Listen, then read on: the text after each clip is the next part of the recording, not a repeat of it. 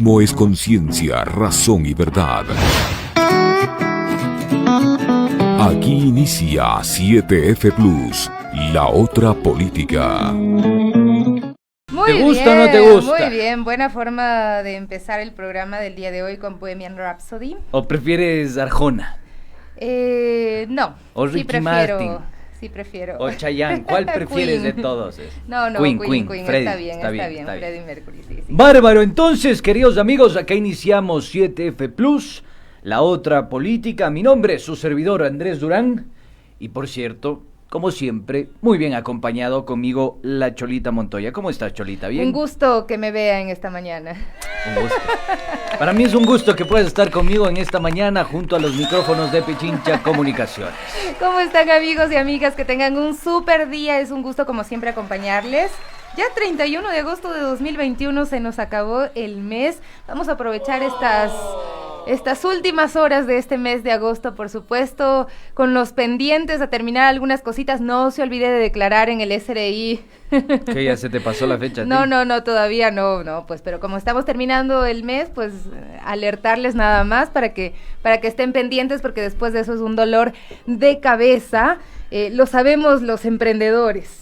Ah, sí, mira, fíjate, tú estamos frente a una empresaria o empresauria. No, una emprendedora y de la economía popular y solidaria. Mira tú, de la economía popular y solidaria. Así es, Harto en la billete. que estamos la mayor cantidad de ecuatorianos y ecuatorianas. Qué chévere, fíjate tú. Bueno, para todas las personas... Ya le voy a dar trabajo. Ya, perfecto. Porque, ¿cuántos años tienes tú?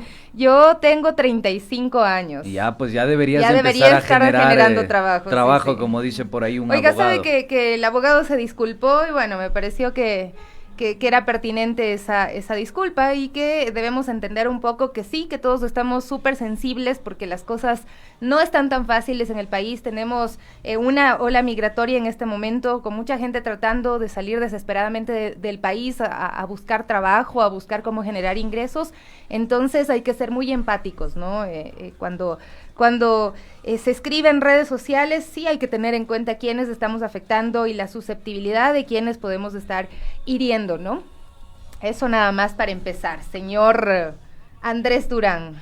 Oye, todos nos preguntamos el día de hoy, martes 31 de agosto, cerrando el mes de agosto de 2021 a las 9 de la mañana con 9 minutos, nos estamos preguntando, ¿qué desayunaste hoy?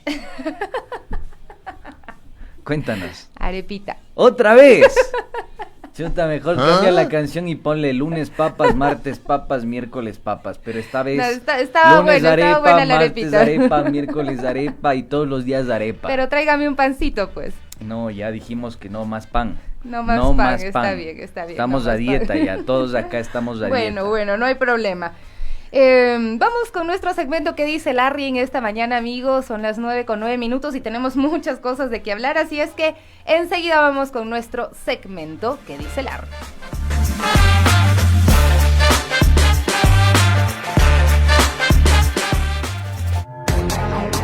¿Qué dice Larry?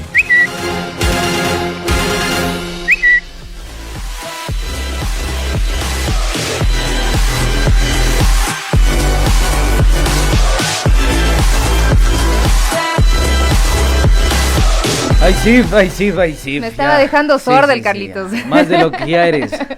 Sí, la verdad es que sí, tantos años usando audífonos Sí. en radio. Te pasa Esa es factura, una de te las pasa enfermedades de factura, los locutores. te pasa factura. Conozco sí. algunos sorditos ya. ¿Sí? Sí. ¿Vos no, la estás verdad dentro de es que ese te grupo afecta. o no? Sí, yo ya me estoy quedando sin oído. Ya, perfecto. Bueno, a ver, Arepita Montoya, cuéntame la plena. Vamos a ver qué dice Larry el día de hoy. Tenemos algunos tweets para compartir y bueno, reflejando un poco la realidad de los ecuatorianos y lo que mencionaba de refilón hace un ratito, ¿no? Radio Pichincha nos dice, ecuatorianos estarían retenidos en migración en el aeropuerto de Monterrey en México. Restricciones para ingreso al país aún no están en vigencia, entran en vigencia en los próximos días. Sin embargo, pues esto está afectando ya a quienes están atrapados allá. Hay muchos niños incluso.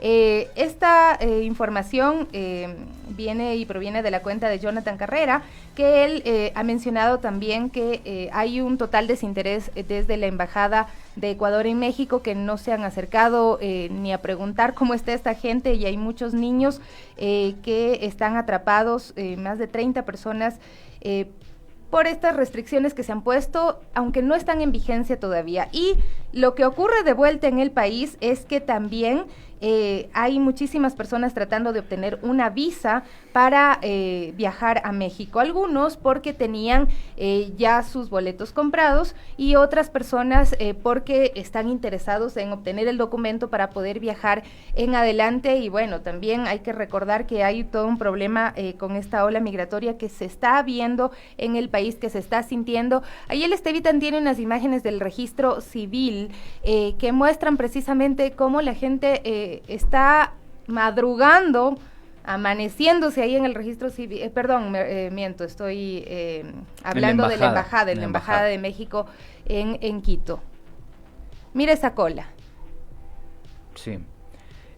Pues bueno, para las personas que no nos pueden ver a través de nuestro streaming en las redes sociales, en Facebook y en YouTube, pues bueno, ahí vemos la cola, la fila, la extensiva fila que se hace en este momento en la Embajada de México para que las personas puedan sacar sus permisos migratorios y viajar.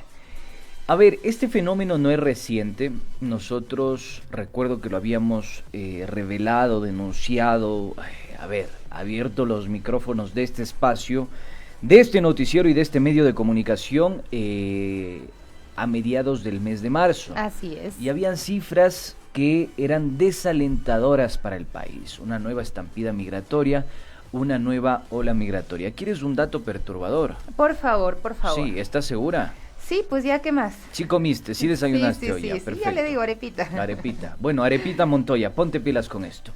Resulta que del 100% de las personas que viajan a México, apenas del 30% regresa. Uh-huh. Es decir, que el 70% se queda en este país. Falta profundizar en el estudio, falta profundizar en las variables de análisis, porque obviamente una de las principales intencionalidades de los migrantes ecuatorianos es pasar la frontera mexicana hacia los Estados Unidos. Con todos los riesgos que eso implica, ¿no? Porque también de eso hemos hablado mucho. Tenemos un cuadrito para acotar al dato que tú estás dando, un cuadrito de los flujos migratorios, ¿no? Esto fue enviado por la Cancillería de conformidad a información proporcionada por nuestros consulados ecuatorianos ubicados en frontera. Se remite el número de compatriotas detenidos por la patrulla fronteriza en lo que va del año 2021 hasta el mes de julio, en el que se incluye a ciudadanos reincidentes. Estamos hablando de un total de 62.040 compatriotas que han sido detenidos por la patrulla fronteriza. Hay quienes han sido retenidos en Arizona, Nuevo México y California, y otros también en Texas. Son 62.040 ciudadanos ecuatorianos retenidos hasta el mes de julio, en lo que va de este año 2021. Estos son los datos que nos da la Cancillería, y adicionalmente nos dicen que el número de salidas y arribos de compatriotas hacia México en este mismo periodo, en este año 2021, salidas 88.696 personas se han ido a México, pues quienes han regresado 34.771. Se quedaron 53.925 personas ecuatorianas en México, y pues entendemos que la intención es sin duda, o sea, se puede deducir que es tratar de llegar hacia Estados Unidos. Ahora, si usted coteja esta información, estimada Arepita Montoya, si usted coteja esta información con la información que tiene en este momento el control fronterizo de los Estados Unidos, va a encontrar una diferencia de aproximadamente 20.000 personas, porque ellos dicen que son 70.000 en realidad las personas que han transitado por esto. Hago esta pequeña salvedad, no para decir que las cifras que maneja el gobierno son una mentira, un eufemismo, no. creo que es bastante complicado, tanto para el gobierno de los Estados Unidos como para el gobierno mexicano y el gobierno ecuatoriano, llevar una agenda, ¿ya?, de la cifra del tránsito y el flujo migratorio real que logra pasar la frontera a los Estados Unidos y la que sale de este país con estos fines. Recordemos que eso le tenemos que sumar que hay 2 vuelos charter que se han incrementado, que salen directamente de la Tacunga y que está recolectando, digamos, toda la migración de la Sierra Centro. ¿Qué provincias? La provincia de Chimborazo especialmente, la provincia de Cotopaxi y la de Cañar, perdón, y la de Bolívar. Ujú. Ahí se Pero está de concentrando. Cañar, de toda la zona del sur también sale Sí. muchísima. ¿Y por qué digo Chimborazo, que es la que más me preocupa? Porque recientemente sacó un reportaje Ecoavisa, realmente a mí me sorprendió que lo saque y lo plantee en estos términos. Y el mayor flujo migratorio es una ciudad que está prácticamente en retales y en condición de fantasma, que es la ciudad de Alausí. Alausí tenía como, digamos, marca turística los trenes del Ecuador, desmantelado en el gobierno del señor Moreno. Entonces, yo sí considero que más allá de este tema, lo que hay que analizar, queridos amigos, más allá de que México ponga visa, Ecuador, el gobierno ecuatoriano se reúna con el gobierno mexicano para imponer una visa y de alguna forma retener el flujo migratorio, hay que comprender diagnósticamente y el análisis situacional cuáles son las razones por las cuales está migrando la ciudadanía. Desempleo, sindemia, el acabose del aparato productivo ecuatoriano, qué pasa en el sector rural, cómo ha crecido el coeficiente de Gini, es decir, cómo ha crecido la desigualdad socioeconómica en este país, cómo unos han incrementado su riqueza y otros han decrecido, pero espeluznantemente. Entonces, esas preguntas yo considero que el gobierno no se está haciendo. Y acá hay 2 opciones. O está poniendo como prioridad otros temas, que hasta ahora no disipamos cuáles sean, porque ha mandado un solo proyecto de ley, que es la Ley Orgánica de Reforma a la Educación Superior, u otra que es más grave todavía, que es no le interesa, no le importa, y se puede producir una segunda diáspora migratoria en plena sindemia. Entonces yo sí creo que esto es bastante preocupante y no le están dando la atención necesaria del caso, porque poner visa es parchar. Claro, y bueno, el problema va a seguir. Lo que ocurre es que se da esta migración irregular. Sin duda, Estados Unidos, pues si es que llegas a México, también tienes ese otro trayecto, pero luego la gente utiliza otros pasos, porque la gente que quiere irse termina pagando un montón de dinero y se va. O sea, al final, como sea, se va. Si se queda sabiendo que se puede quedar en el camino, que hay muchos casos e historias desgarradoras de gente que se ha quedado en el camino, que han sido abandonados por estos coyoteros que son traficadores de personas, que son gente que le pone un costo en dinero a la vida de la gente básicamente, y pues esto es lo que nosotros escuchamos, porque son historias que salen a la luz, que estamos en los velatorios o en los velorios de las personas que mueren, sobre todo en la zona sur del país, todo el tiempo conociendo de estos casos, y como que, sin embargo, hay quienes se arriesgan, y no es por avesados, sino por desesperados, por tratar de resolver su situación personal, familiar, sus expectativas, con mejorar su calidad de vida, y esto realmente es muy doloroso, pero así están las cosas, y esto creo que hay que exigirle respuestas a los gobiernos seccionales, a los gobiernos provinciales, al gobierno nacional, porque tienen que decir algo. O sea, no solamente pueden dar las cifras, sino tienen que decir algo. ¿Qué están haciendo para afrontar esta situación? ¿Qué están haciendo para resolver el tema de la pobreza estructural en nuestro país? Fíjense, y las expectativas de las personas. Solo agregar algo que me parece informativo e importante, queridos amigos. La situación de la diáspora migratoria que estamos viviendo hoy, que va incrementando porque la tendencia es hacia la alza, no hacia la baja, producto de las secuelas de la sindemia y de las decisiones económicas que ha tomado el señor Moreno, y esperemos hasta el momento no se da un cambio en el timón, esperemos que el señor Lasso entienda y dimensione la crisis que está viviendo el país y sobre todo los sectores populares. Pero hay más de 8 accesos fronterizos entre México y Estados Unidos. Tienes en la zona de Tamaulipas, tienes en la zona de Nueva León, tienes en Coahuila, tienes en la ciudad de Juárez, tienes en Nogales, tienes en San Luis, tienes en Mexicali, tienes en Tijuana. Es decir, en toda esa zona que son aproximadamente, no sé, más de unos 900 kilómetros, ¿sí?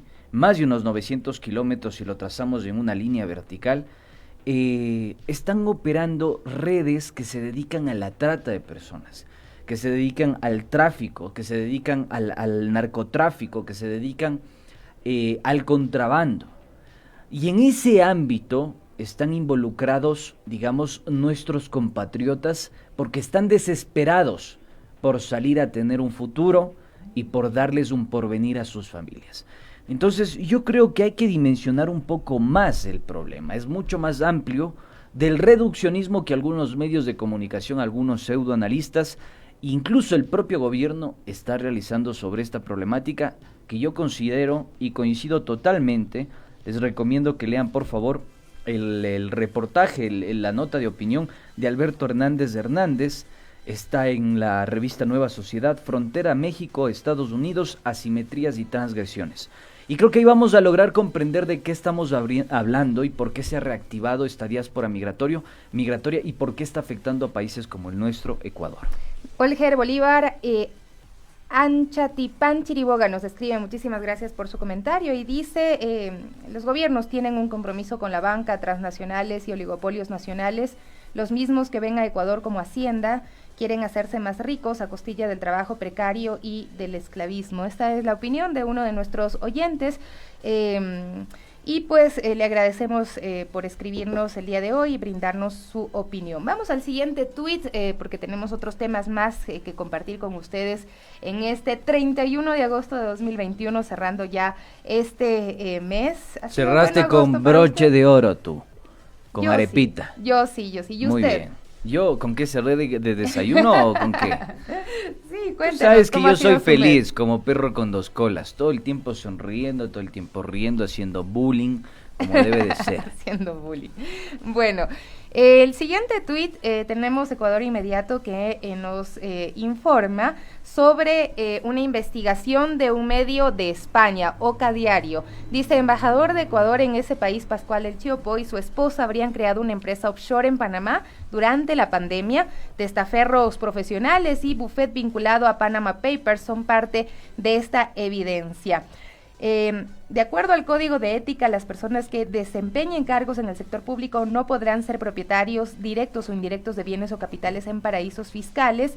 Lo especificado en la ley también se incluye a cónyuge e hijos. Esto es así, esto está en la legislación ecuatoriana, pero creo que hay que dar algunos datitos sobre el contexto de esta publicación que hace Oca Diario, ¿no? Primero, decir que Pascual El Chiopo fue designado embajador de Ecuador en España y debería asumir el 16 de septiembre, pero como van las cosas, no sé, quién sabe si asume o no este cargo, ¿no? Ojo que hay que precisar algo muy puntualmente. En lo que tú citas, que dices, de acuerdo al Código de Ética, las personas que desempeñen cargos en el sector público no podrán ser propietarios directos o indirectos de bienes o capitales en paraísos fiscales. Lo especificado en la ley también incluye a cónyuge e hijos, pero se les olvidó una salvedad de Ecuador Inmediato. Hijos no emancipados de la persona obligada, ya, no emancipados. Es decir, que si tú estás emancipado, puedes tener paraísos fiscales. Pero en este caso es la esposa directamente. Y digo porque hay una trama que también golpeó al propio presidente de la República electo y obviamente se utilizó esta salvedad. Yo no soy, yo no tengo, el que tiene es por otra persona, es mi hijo. Y ahí Diego Borja eruditamente dijo, sí, efectivamente, eso no establece la normativa, hay un vacío legal en ese sentido. Un hijo emancipado, yo les digo que es una república independiente. Exactamente. Oiga, pero es un vacío legal, es un vacío legal, Sofi, ¿sabes por qué? Ser. Porque la transferencia de la riqueza es intergeneracional en este país y está anudada en la familia. Es decir, tú eres mi hija o mi esposa, chuta, Dios me salve, y claro, te transfiero la riqueza y tú transfieres a los hijos y los hijos a los hijos de sus hijos y así sucesivamente. Esa ha sido la dinámica en este país. Claro. Ese es uno de los vacíos de esta normativa. Pero en este caso estamos hablando de la esposa directamente, sí, es decir, entraría dentro de esta normativa, ¿no? Sí. Pero bueno, para contextualizar un poco, este diario que publica esta información es Oca Diario de España, que es un periódico digital español fundado en 2015 por el periodista Eduardo Inda y que ha llegado a ser calificado como amarillista, pero sobre todo ultraderechista, aunque algunos dicen que es un periódico derechista y neoliberal. Se destaca especialmente el tono belicista con que el diario critica a formaciones de izquierda desde su fundación, resaltando el caso del partido político Podemos y sus principales dirigentes. Si ustedes abren este diario, no sé, de 10 artículos, 7 son en contra de Podemos y en contra de cualquier organización que sea de izquierda, ¿no? Es decir, este es un diario de derecha, o sea, no es una publicación en la que normalmente dicen los diarios de izquierda les atacan. ¿Y tú de qué eres? ¿De izquierda o de derecha? Yo de izquierda. Progresista. Progresista. Así es. Se ha puesto de moda esto de progresista. Bueno, son concepciones que uno va adquiriendo desde niño, ¿no? Según cómo tú has crecido y las cosas que has visto y con lo que te identificas, ¿no? Perfecto. Pero bueno, ese no es el debate ahorita. Pues ya le saqué la papa caliente, fíjate. Bueno, volvamos, a ver, dime, cuéntame. Este diario publica que el futuro embajador de Ecuador en España usó presuntamente a su esposa en plena pandemia para abrir una sociedad offshore en Panamá. Según el registro mercantil del país caribeño, el pasado 4 de marzo de 2021, la esposa del Siopo, Priscila María Ramos, constituyó la sociedad PMR Management Inc., una empresa dedicada a la consultoría empresarial, comisionista de compañías, operaciones con cuentas bancarias y adquisición y arrendamiento de toda clase de bienes, entre otras cosas. Según la escritura de la sociedad offshore, se hizo constar el domicilio familiar que ambos usan en Ecuador, una mansión ubicada en la urbanización Rinconada del Lago de San Borondón en Guayaquil, además de Priscila María Ramos, que figura como presidenta de la mercantil. También figuran Paul Luis como director y secretario y Luis Aníbal Ceballos Córdoba como director y tesorero. De la misma manera quedó registrado que Priscila María Ramos, la esposa de Siopo, usó como suscriptores a 2 testaferros profesionales con miles de empresas offshore en Panamá a su nombre. La primera de ellas, llamada Zuleika Alemán Calderón, que figura con otras 4.078 sociedades, y la segunda, Verónica Camaño, en otras 1.480 offshores en Panamá.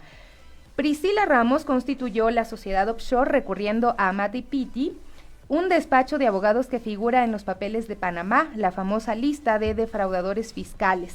En concreto, este buffet figura vinculado a las fundaciones Cordoama, Yamai, Mycox y Estábilo, radicadas todas ellas también en el paraíso fiscal de Malta.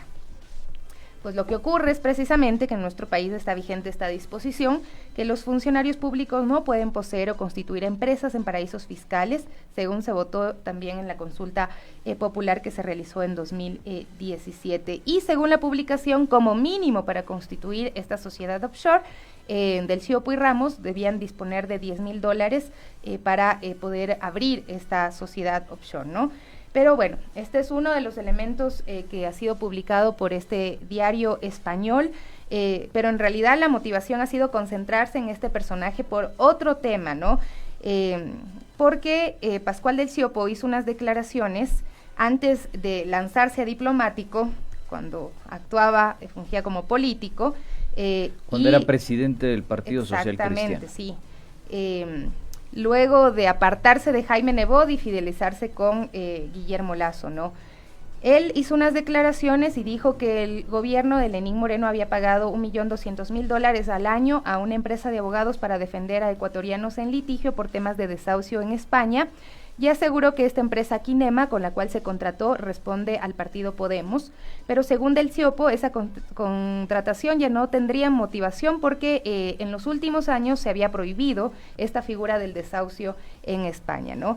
El medio publica que también durante el gobierno de Rafael Correa se habían pagado 394.000 euros, un contrato que ha sido defendido por la ex embajadora Aminta Buenaño, quien declaró a este medio lo siguiente. Tenemos esa declaración que dijo: se escogió a Kinema porque teníamos que recurrir a un grupo de abogados que estuvieran en contra de los desahucios, tenían que ser abogados que estuvieran en contra del problema y que apoyaran a nuestra gente, que estuvieran dentro de los grupos sociales, que apoyan a los que estaban siendo echados de sus casas. Teníamos un grave problema con nuestros migrantes que estaban viviendo una situación muy difícil, venían constantemente a la embajada buscando apoyo y ayuda, porque a muchos les habían quitado la casa, pero se habían quedado con la deuda. Era una situación sumamente complicada y difícil, es lo que explica un poco en descargo de la motivación de esta contratación años atrás, pero lo que Del Ciopo estaba manifestando es que se mantuvo durante el gobierno de Lenín Moreno, cuando ya, entre comillas, no era necesario, habría que analizarlo mucho más allá, ¿no? Entonces,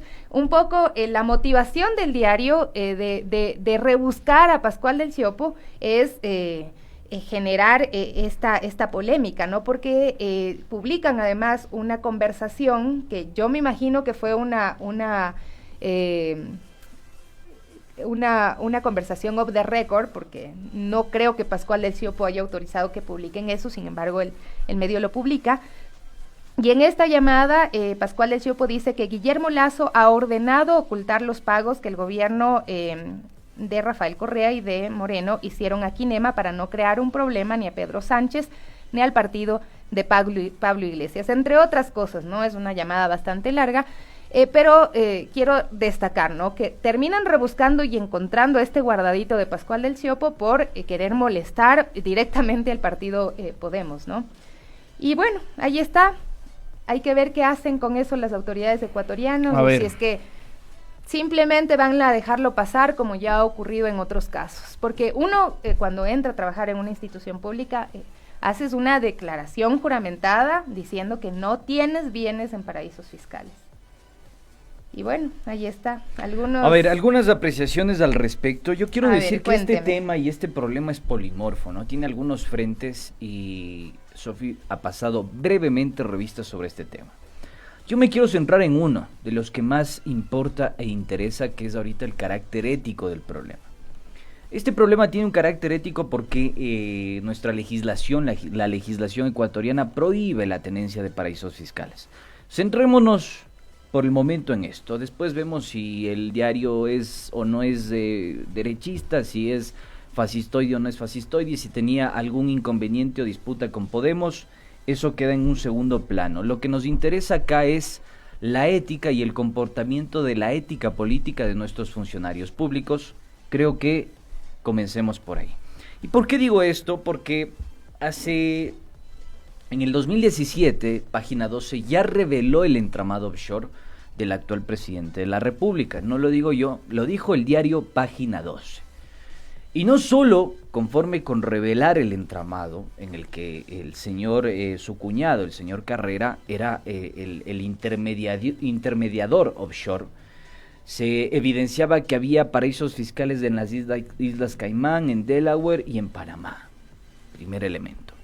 Segundo elemento, profundiza la investigación, Página 12, y revela que también había un entramado offshore que golpeaba de alguna forma al señor Jaime Nebot Saadi.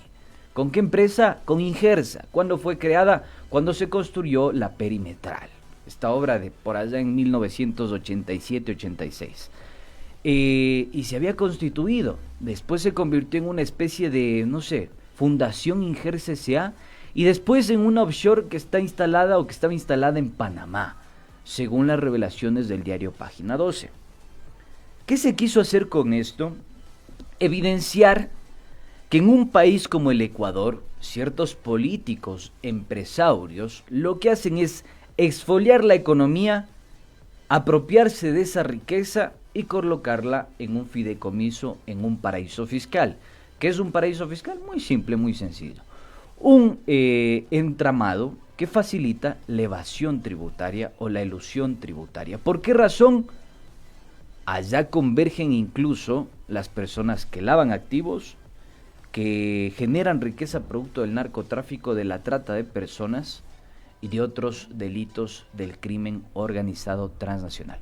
Eso es muy importante decirlo, queridos amigos. ¿Por qué razón? Porque esto nos lleva a lo que planteaba al comienzo. El carácter de la ética política que deberían tener todos nuestros funcionarios públicos. Y no solo los funcionarios públicos. Ojo, en un país como el Ecuador, que tiene una tasa de desempleo, algunos dicen del 8%, otros dicen el 13%. Yo me quedo con este 13% solo en la capital de Quito, en Quito. Y con un crecimiento del coeficiente de Gini, es decir, la desigualdad socioeconómica, exfoliar la economía, sacarlo, colocarlo, no hacerse cargo de la tributación, tomar en cuenta que hoy la evasión tributaria alcanza los 7.000 millones de dólares. Yo sí creo que hay que tener en cuenta esta discusión porque hay alguien o algunitos que no están pagando lo que tienen que pagar en función de nuestra normativa y nuestra constitución. Pero ¿será que se hace algo con esta información? Eso te digo, ¿o se la va a dejar pasar como ya ha ocurrido en otras oportunidades, ¿no? Al final del día, pues resulta que esta normativa que está vigente en nuestro país es solamente un papel que realmente no le importa a nadie. Vamos a ver, dijo el ciego. Bueno, vamos a veamos. ver. ¿Qué más tenemos, Cholita? Tenemos otro tuit más que lo vamos a revisar ahora mismo con ustedes. A ver, suéltelo. Ya. Bueno, el día de ayer también se unificaron las denuncias por supuesta gestión de cargos públicos en contra de la segunda vicepresidenta del Legislativo.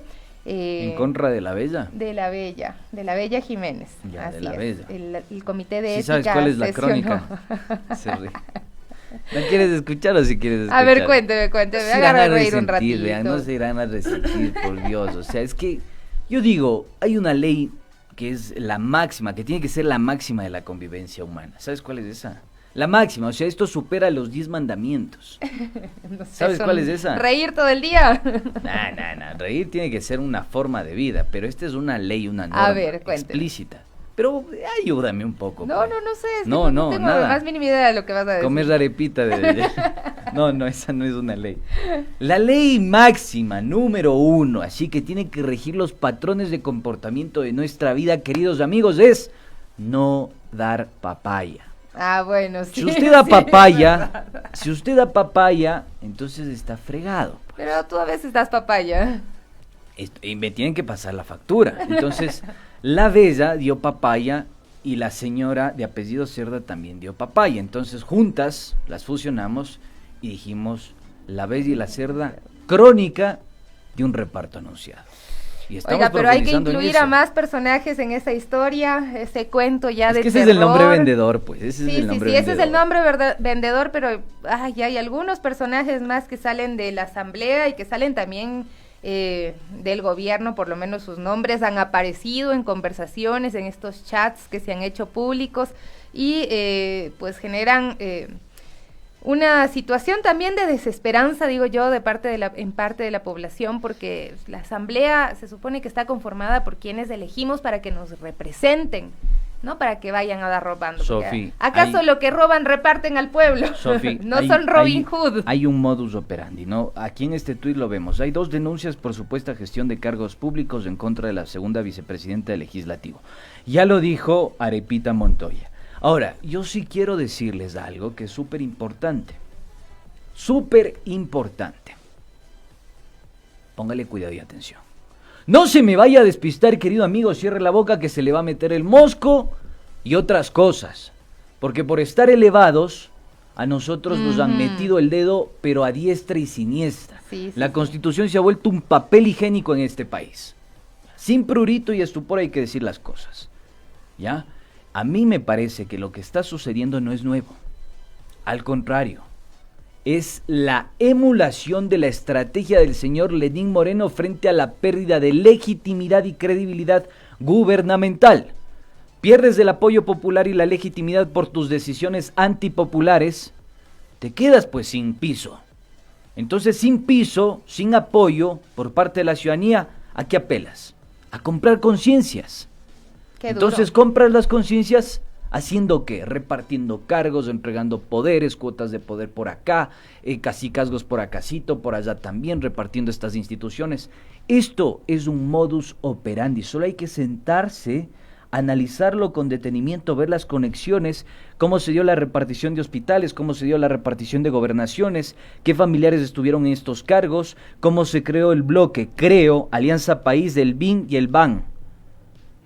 ¿sí? Esto en la anterior asamblea, ¿no? Esto en la anterior asamblea. ¿Cómo se confabuló todo esto? Y ojo, que la persona que denuncia, Sofi, esto, no es pues el señor Fernando Villavicencio, es el señor Henry Kronfli, lo hizo en junio de este año, en estos micrófonos, y dijo que ya se vaticinaba porque la señora Cordero, asambleísta de Creo, estaba proyectando una estrategia para dinamitar la tienda política del Partido Social Cristiano, que es el que más ha sido afectado por el camisetazo, que se llama transfugismo, no es tránfugo, es transfugismo político.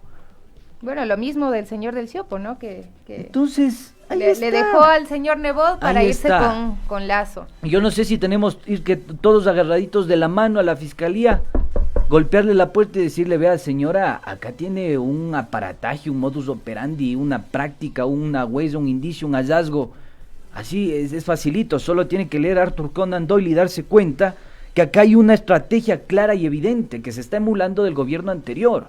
Así y ya lo han denunciado los propios asambleístas. Bueno, es verdad que la propia asambleísta Cordero, como tú bien mencionas, dijo que no lo digo yo, lo dijo Kronfli. Sí, pero tú lo estás mencionando, ¿no? Lo traigo a colación.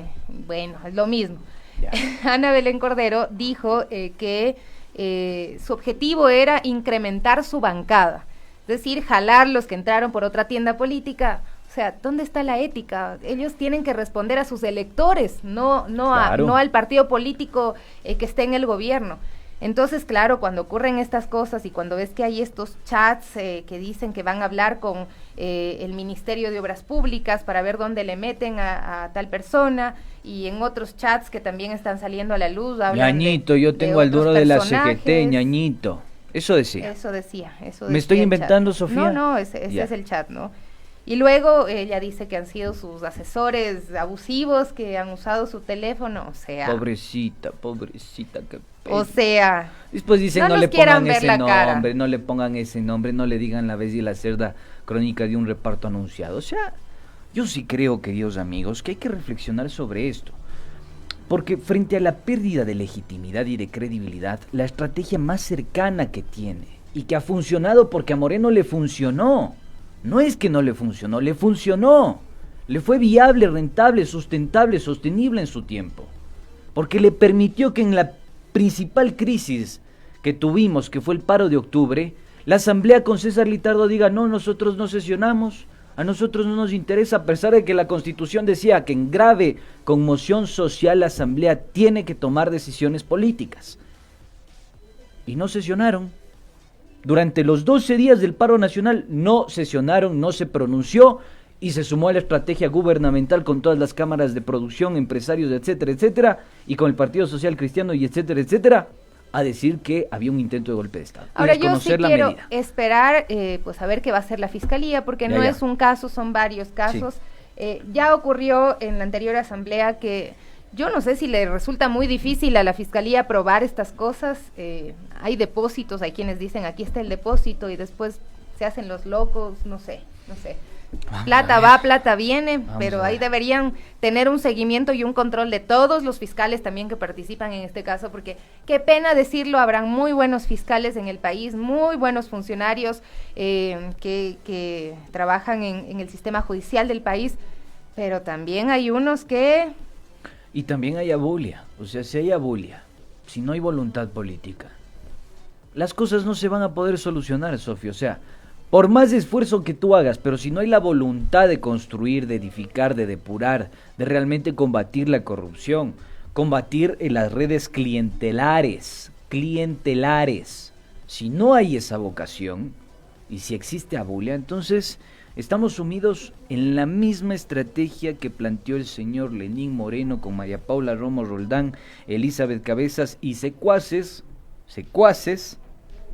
para detentar la famosa gobernabilidad, porque eso es lo que nos venden. Hay que ir por la gobernabilidad y sin entender este concepto. Bueno, son las 9:45, todavía tenemos cosas que compartir con ustedes. Quisiera que repasemos la pregunta también para el día de hoy, a propósito de que ya se cumplen los 100 días de gobierno del presidente Guillermo Lasso. Pero tenemos la pregunta de ayer, la pregunta que realizamos antes de hoy, no necesariamente es la de ayer. ¿Cuál es su situación laboral actual? Y pues veamos qué fue lo que nos dijeron quienes votaron en nuestra encuesta. Nos dice que están con empleo pleno el 26.5%, en el desempleo el 52.8% de quienes nos contestaron, más de 300 personas, y en el subempleo un 20.6% de las personas que nos escriben. Esta es la situación reflejada en una pequeñita encuesta, pero las cosas realmente se sienten, ¿no? Se evidencia que hay un desempleo que está afectando, el desempleo más bien está afectando muchísimo a los ecuatorianos, y ahí está solamente en un pequeño sondeo que nos da cuenta de que el 52.8% de quienes contestaron, de más de 300 personas, es decir, 163, 4 personas están en el desempleo. Apenas un 26.5% gozan de empleo pleno y un 20.6% nos dice que su situación actual es el subempleo. Gracias por contestar, es importante para nosotros tener su opinión y poder medir un poquito lo que está ocurriendo, y bueno, esto dentro de los usuarios de las redes sociales. Así es, querida Arepita Montoya, vamos entonces al que sabe y Espere, la pregunta para mañana. Entonces suéltalo, déjalo fluir. ¿Cómo evalúa los primeros 100 días del gobierno del presidente Guillermo Lasso? Respóndanos, por favor. ¿Cumplió con arreglar el país en 100 minutos? ¿O no se ve nada del ofrecido? Son 2 opciones nada más, no le ponemos ahí ningún aderezo, nada, solamente usted conteste cualquiera de las 2 opciones, ¿ah? Porque después nos dicen, no, es que nos están poniendo como que están poniendo la cascarita, y no, nada que ver. ¿No le quieres echar leña al fuego? No. Ahí está, solamente es una pregunta, ¿no? 2 opciones, casi que sí, ¿no? ¿Cumplió con arreglar el país en 100 minutos o no se ve nada del ofrecido? Usted converse con nosotros, díganos además cuáles son sus expectativas de este gobierno. ¿Listo? Ya, ahora sí. ¿Estás contenta? Pase. Listo, esa ha sido la pregunta que mandó Arepita Montoya. Ahora sí nos vamos al que sabe. Y si pone no, apodos a todo el mundo. Cualquier cosa, déjalo fluir. Por favor, amigos, pónganle apodo en las redes sociales. Pero si yo ya me han soy dicho mala para todo, poner apodos. De todo me han dicho a mí. Ayúdenme a defenderme de este monstruo, no mentira. Déjalo fluir, Carlitos. El que sabe, sabe.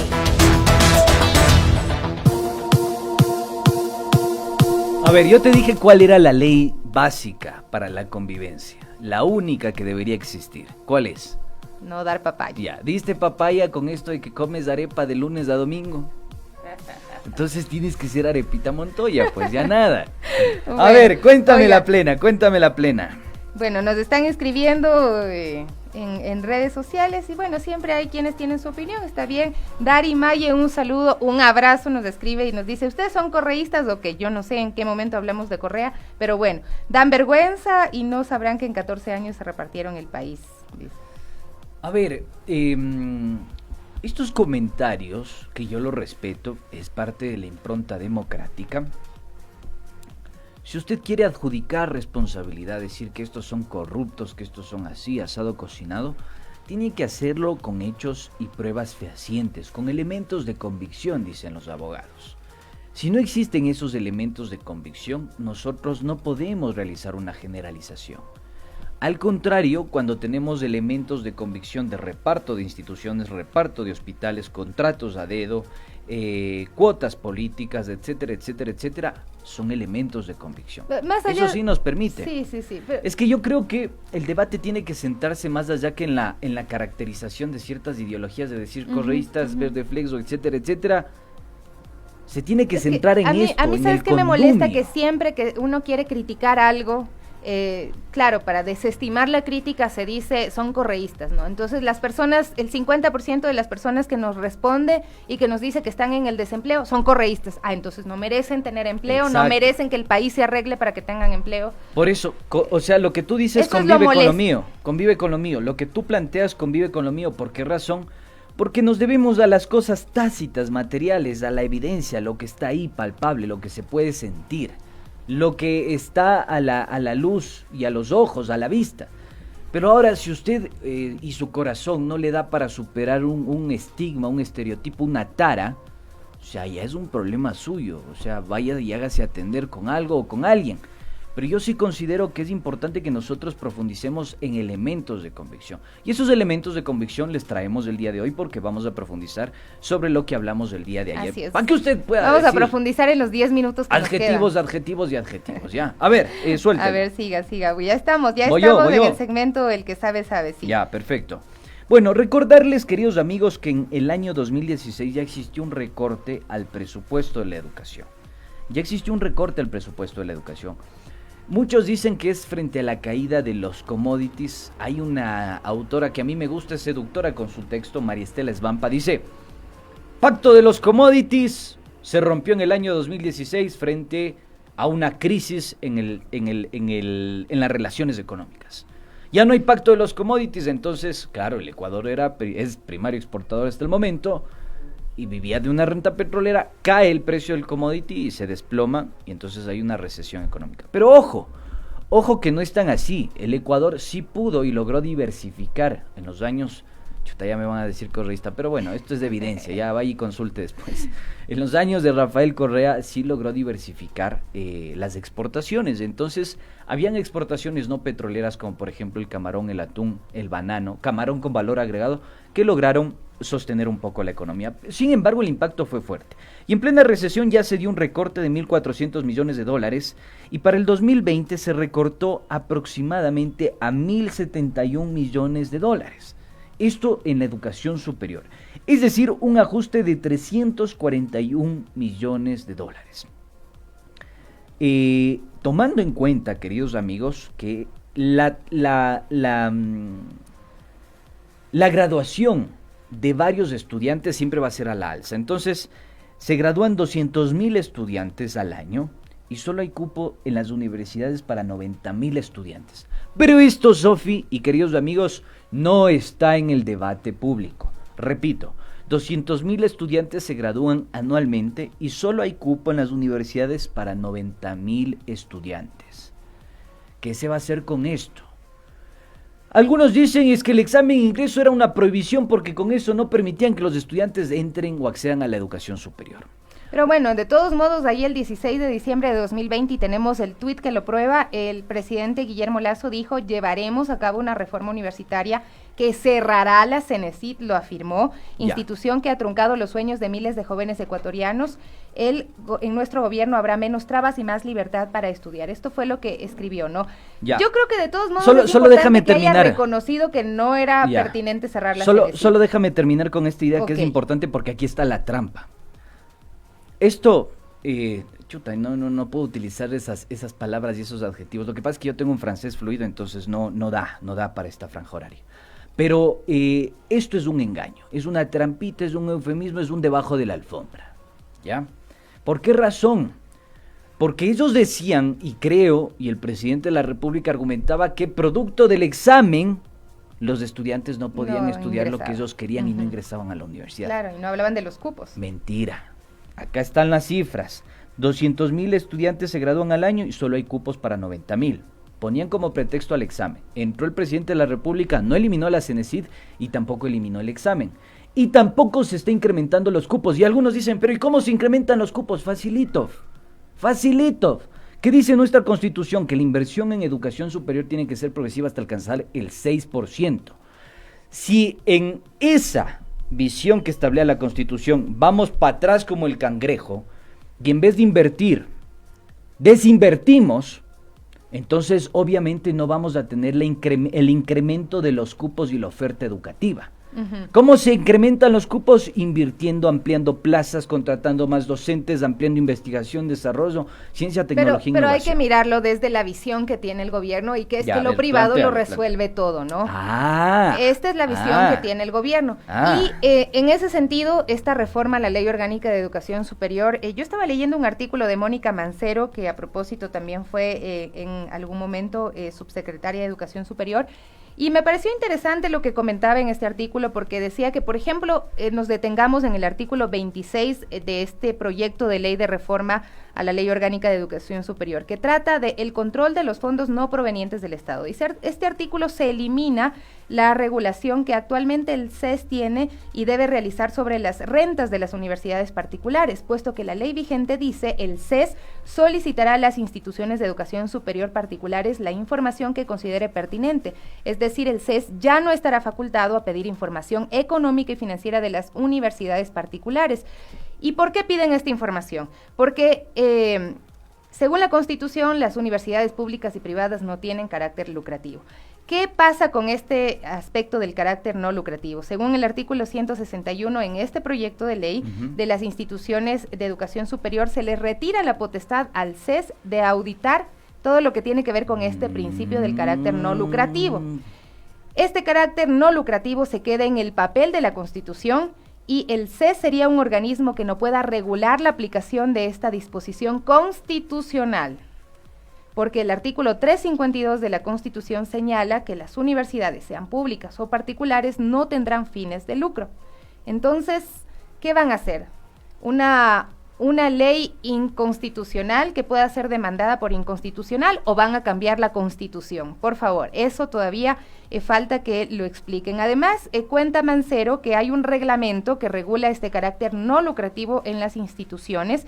Ella fue subsecretaria de Educación Superior y cuenta que cuando se hizo este reglamento, los representantes de las universidades particulares delegados al CES se opusieron.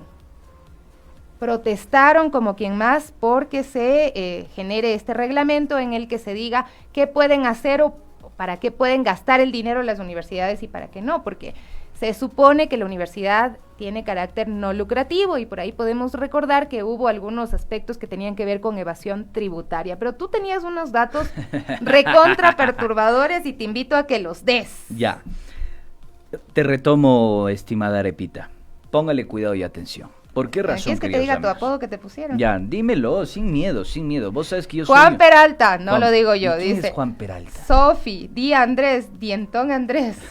Tengo los dientes, sí, ya, chévere, no importa. Bueno, ya tienes apodo, ahí está. Y, a ver, entonces, se quedan con el Dientón Andrés y yo les voy a contar la plena acá. Ajá, por favor. Verán, ojo con las reformas que está impulsando el presidente de la República. Este cambio que quiere hacer en el artículo 29... dentro del CES, la conformación, incrementa el número de representantes del gobierno y del ejecutivo. ¿Por qué? Porque ahí se va a definir la distribución del incremento de los fondos de las universidades y escuelas politécnicas, primer elemento. Ahí van a controlar. Pero yo sí quiero retomar lo que dice, porque evidentemente las universidades sí tienen, privadas, sí tienen fines de lucros. Y agárrese por favor, porque este es el dato perturbador. A partir del año 2019 al 2020, la Universidad San Francisco de Quito ha pagado por impuesto a la salida de divisas un total de $802,483. Repito, $802,483. Y sacó de la economía nacional 16 millones de dólares. Universidad San Francisco de Quito. Sí, el señor que decía que la educación no es un derecho, así lo diga la ONU, el señor Gangotena. Vamos con la Universidad de las Américas, que es otra de las instituciones educativas que tienen las mismas prácticas. Lo mismo sucede con la UDLA, pero este caso es más llamativo todavía. Desde el 2009 al 2020 han pagado por el impuesto a la salida de divisas $5,313,146.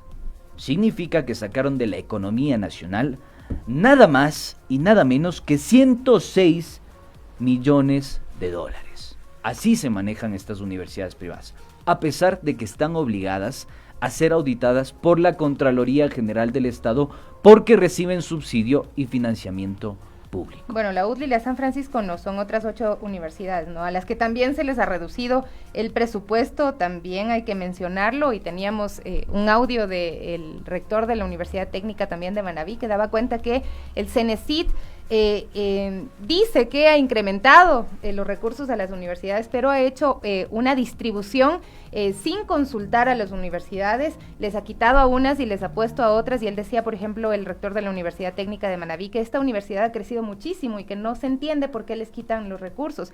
De igual forma, este tema para las becas en las universidades privadas también se han retirado cerca de 13 millones de dólares, y es un recorte progresivo, porque ya desde el 2012 venía disminuyendo de 86 millones, en el 2019 fue de 72, en el 2020 52 millones y ahora 39 millones de dólares, es decir, sí hay un recorte muy fuerte también, es el dinero que se invertiría en becas para estudiantes que no pueden pagar en las universidades privadas, y bueno, y que no logran tampoco ingresar a las públicas. ¿Por qué? Por lo que decía Andrés, no hay cupos para tantas personas. Queridos amigos, se nos ha acabado el tiempo lamentablemente, pero con Arepita Montoya seguiremos profundizando el día de mañana en 7F Plus, La Otra Política, así que pilas, para que usted no esté despistado. Se quedan con la programación del Pichincha Rima y por favor, y recuerden, las conclusiones son suyas. Andrés el Perturbador Durán también. Ahí está, ese me gusta más que el viento. Nos vamos, amigos, que tengan un muy buen día. El día de mañana volveremos a encontrarnos.